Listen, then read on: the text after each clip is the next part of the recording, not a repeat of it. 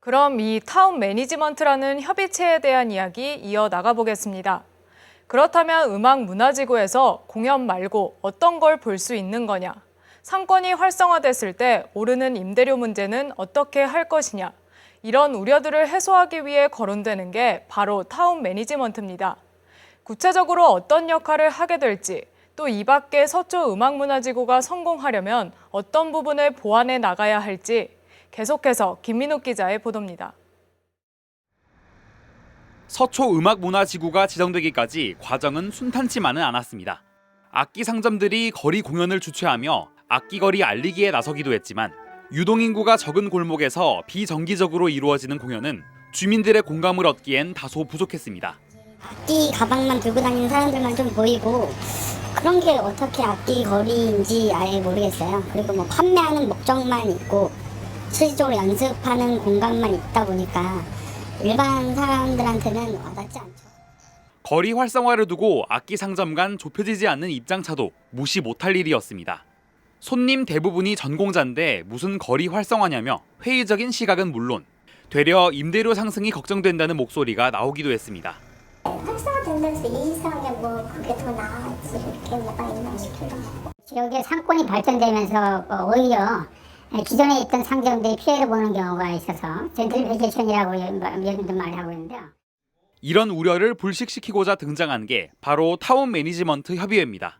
협의회에서는 지역 기업과 공연계 관계자, 청년예술인, 주민이 한자리에 모여 음악문화지구 사업을 발굴하고 보완하게 됩니다.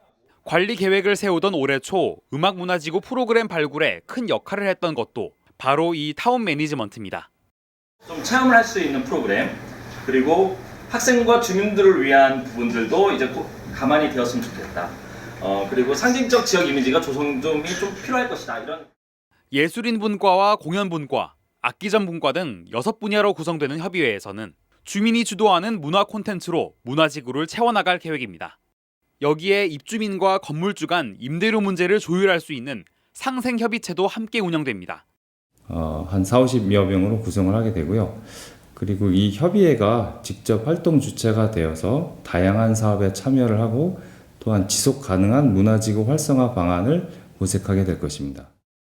하지만 어디까지나 전공자 중심의 시설이 들어찬 서초 3동이 주민들의 어떤 수요를 충족시킬지 의문이라는 목소리도 나옵니다. 지구를 선정해 놓고 방법을 찾고 하다 보니까 사실 어떻게 좀 집중을 하고 있는 게 아니냐. 이게 누구를 위해서 하느냐, 무엇을 위해서 하느냐에 집중하기보다 지금 어떻게 지구를 활성화할 거냐라는 방법적으로 좀 순서상으로 좀 맞지 않는 그런 상태로 지금 진행되고 있는 게 현실인 것 같아요.